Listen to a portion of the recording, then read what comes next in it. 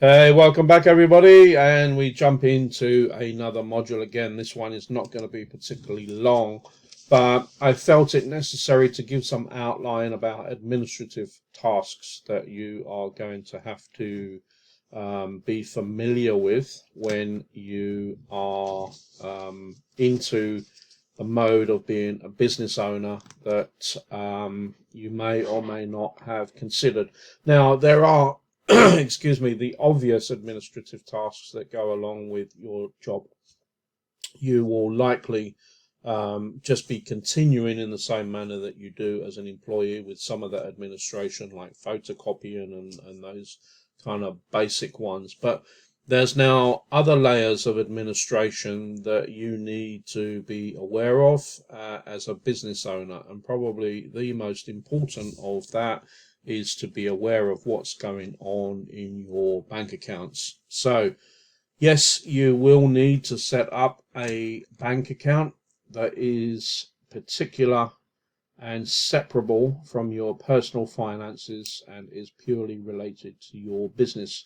Go and speak to your local bank about how you do that. I can't give you advice on your specific locations or the rules and regulations that apply to a particular location, but definitely get your bank account sorted out.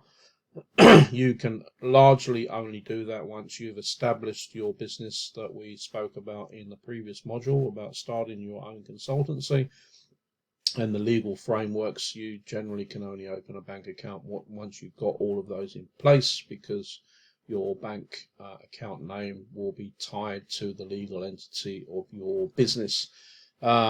Take any legal advice also if banks are requiring personal guarantees. That's only likely to be the case if you are applying for an overdraft for cash flow purposes, or you are taking out loans to purchase assets. I tell you that from personal experience because it's a bit of a minefield, and you never think that you're going to have to worry about it until it actually does. So, once you've established it, one of the main administrative tasks is to constantly check in with your bank. Make sure that you are running a projection of where your finances are, when you expect to collect cash, when you're paying bills. It's easy to do as a QS. It shouldn't be rocket science. It's just a massive spreadsheet or a piece of paid software that enables you to project where your business is going. And if you're planning growth, you need to make sure that you're meeting the targets that you've set for yourself. But primarily, I want you to get into the habit of understanding when your bills are falling and when your cash should be collected, so that you can understand the ups and downs of your cash flow within the business, so that you can make appropriate decisions, good decisions, around how that actually works. Now, probably your accountant, we'll talk about that in another module, but your accountant should be giving you advice on collections and that type of thing. Generally speaking, you will not be expecting, or you shouldn't be expecting, to be paid as soon as you complete a service. You are a business owner now, you're running a business, and the general expectation when someone engages you is that you will comply with the general rules around what is relevant in your industry.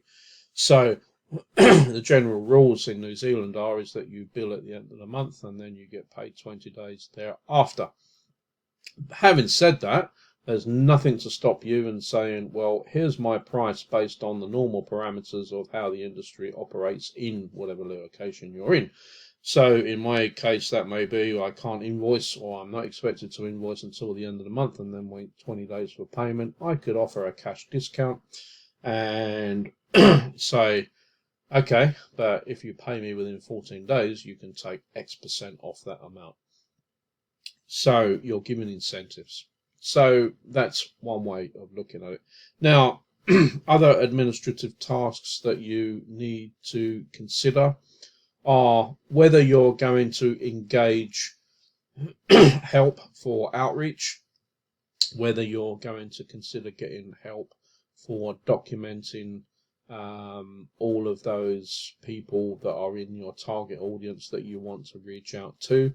The common sort of term for a person who helps in this regard to someone in your position as a solo consultant, whilst you build yourself to a position where you can afford your own staff to do this, is called a virtual assistant. Now, be very careful about how you employ virtual assistants, because much the same as anything in life, you get what you pay for. Yes, you can go on Fiverr. Yes, you can go on Upwork and you can put an ad and say, new establish quantity surveying practice in XYZ location, looking for virtual assistants to help with outreach. And you will have a gazillion incoming responses from all manner of people in all different locations, offering you from like $1 per hour.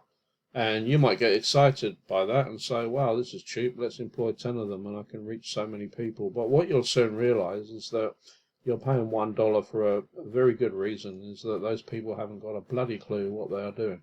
And you do not want to put your business in a position where you're having a person who has no idea or can't follow your instructions and is putting your brand at risk. So do VAs with the utmost care and attention.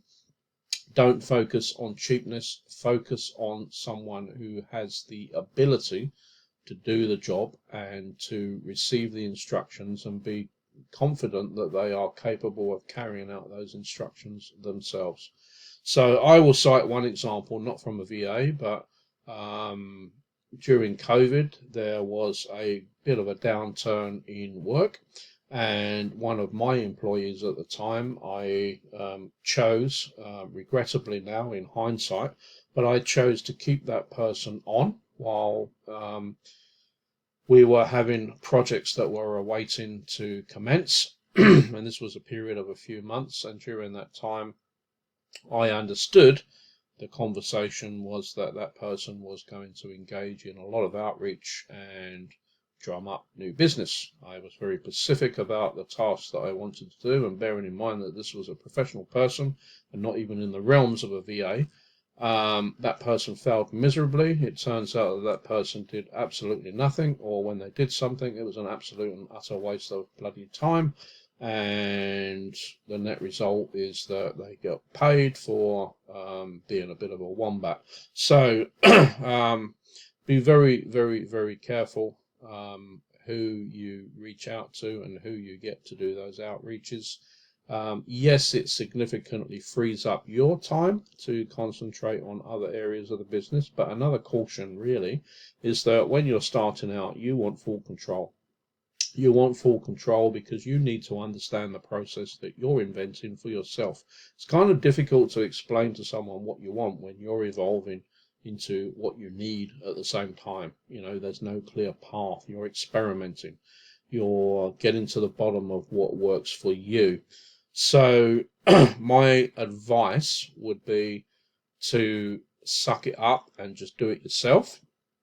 And I know that kind of like sounds a little bit harsh, but it's also in your best interests to do that, primarily because you're the one that knows exactly what you want, okay?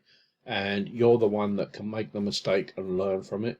You're the one that can test and feel firsthand what's going to work and what's not. When you've got to the point that you've nailed it and that you can document it into a standard operating procedure or a script that someone can follow or some kind of written format that is a lot more decipherable and a lot more actionable by someone with less skill than you, then that's probably the time to consider a VA.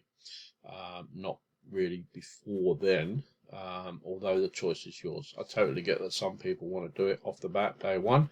I guess all I'm saying is that there are risks involved in doing that, and you will be fully responsible for those risks if that's the path that you choose to go, because you know the probability of something like that happening is quite high. So just bear that in mind. In terms of other administrative tasks, it's really if you have someone within the family who can help, even with just basic things like uh, documenting those reach outs that we spoke about, keeping your CRM live, up to date. These are all administrative tasks that will fall upon you in the early stages, but you need to be able to offload them as quickly as you possibly can, because you don't want to be doing that all the time. You need to learn to release once you're comfortable yourself that you've nailed the process and that you can document that process and that you can release that process off to someone else in a trustworthy manner, knowing that they will be executing it in the same way that you would. Okay, and only when you have that comfort level do you offload. So that's probably it. You're gonna have some other kind of administrative tasks that you may want to document that kind of fall more specifically to what you're working towards.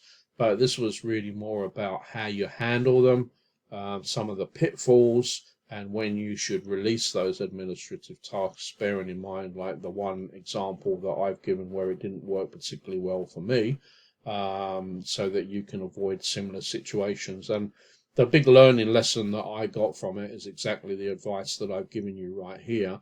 Do it yourself until you're at a point where you've learned that you can comfortably document it and then hand it off to someone else with that full documentation, knowing that it's an easily it's easy for them to be able to follow because you've prescribed what the process is, and it's clear then what the expected outcome is for the person that's executing it.